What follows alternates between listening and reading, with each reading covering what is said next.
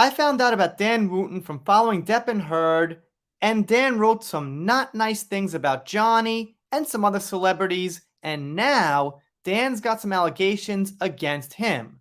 This here's from The Guardian. It's not their first time talking about Dan, but they're continuing. It's from July 21st, 2023, and it's called Will Close Pals Rally Around Dan Wootton as he faces down catfishing allegations? He'd want that, surely, by this person, Marina Hyde. And obviously, the big one that comes to mind is Little Miss Mera. None other than my dog stepped on a bee. Where are you? Look how much Dan helped you. Look how much Dan stood for you. Come on, what's up? I will note they say this is an opinion, so that means they've got more leeway to say what they want without proving it.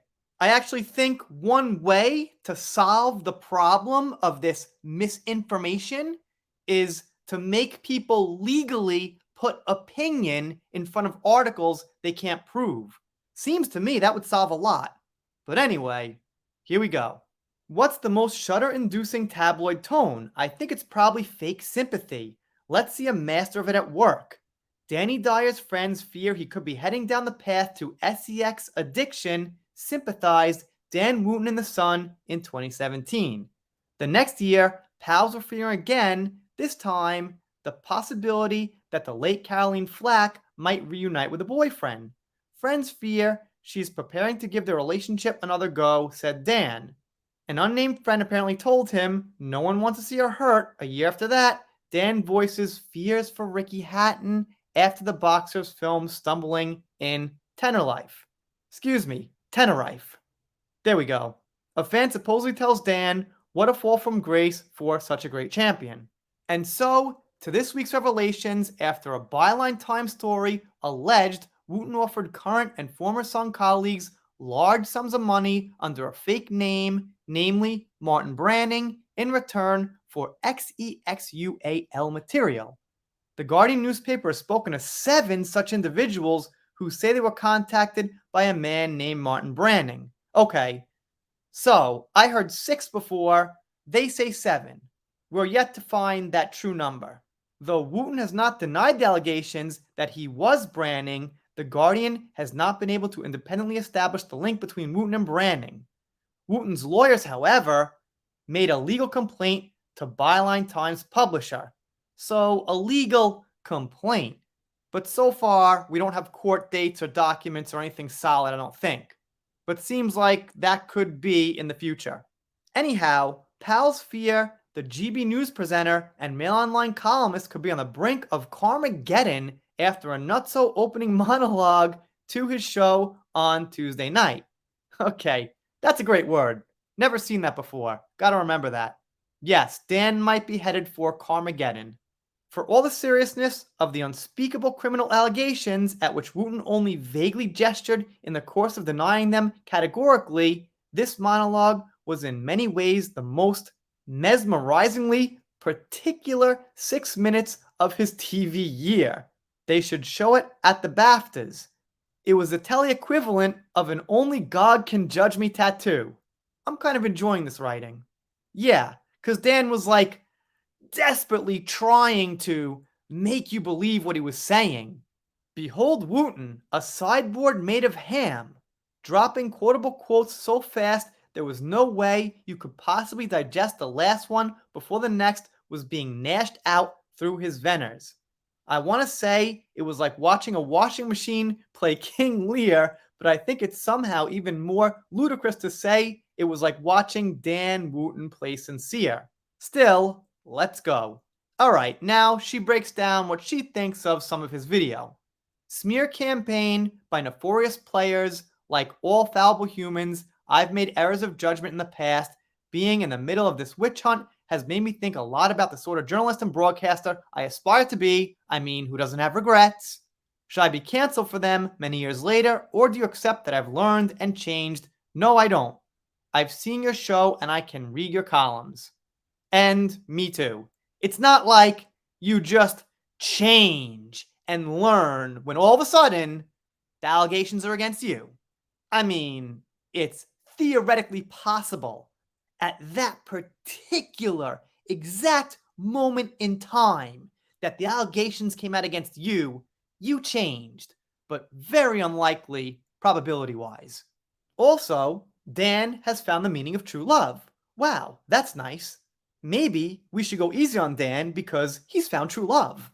That's so important to me. No sarcasm whatsoever there. Dan, true love, I am touched. All in all, the spectacle of Dan Wootton begging for nuance and empathy is the heat of death of irony. The two crucial things about people like Dan is that they are, without exception, monstrous hypocrites, and they also reduce the world. Their entire business is making human experience smaller. There are about 6 or 7 basic story templates into which they believe all other people's lives must be squeezed, whether or not they want them to be. Well, Dan might not believe what he's saying, to be honest. He might be writing it out there for clickbait, ad revenue, build his name. You never know. But I know what she means. As far as what he writes and what he puts in public, yeah, he puts people in certain templates. And she says, in so many words, that now Dan asking for forgiveness and redemption, or whatever you want to say, seems like a little much. She speculates, does the Sun have info on Dan? Is that why their lawyers are looking into it? And they must have something. I mean, they must. He worked there a long time, knew a lot of people. I'm sure they set up cameras and they record things. That's what they do. They must know something. She talks a little bit about Dan's claim that dark forces are out to cancel GB News, which I said I won't completely rule out. I mean, I'll give it a low probability, but it's not impossible.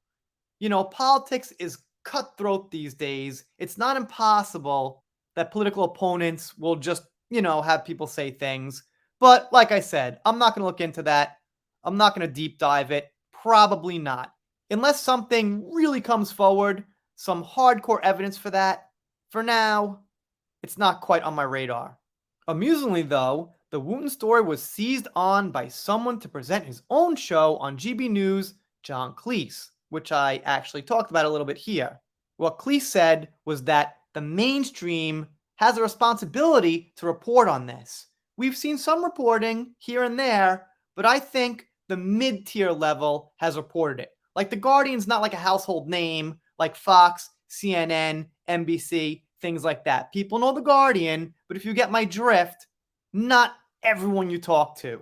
And then she says, why isn't the news reporting coming out as fast as it did when Dan accused people of things?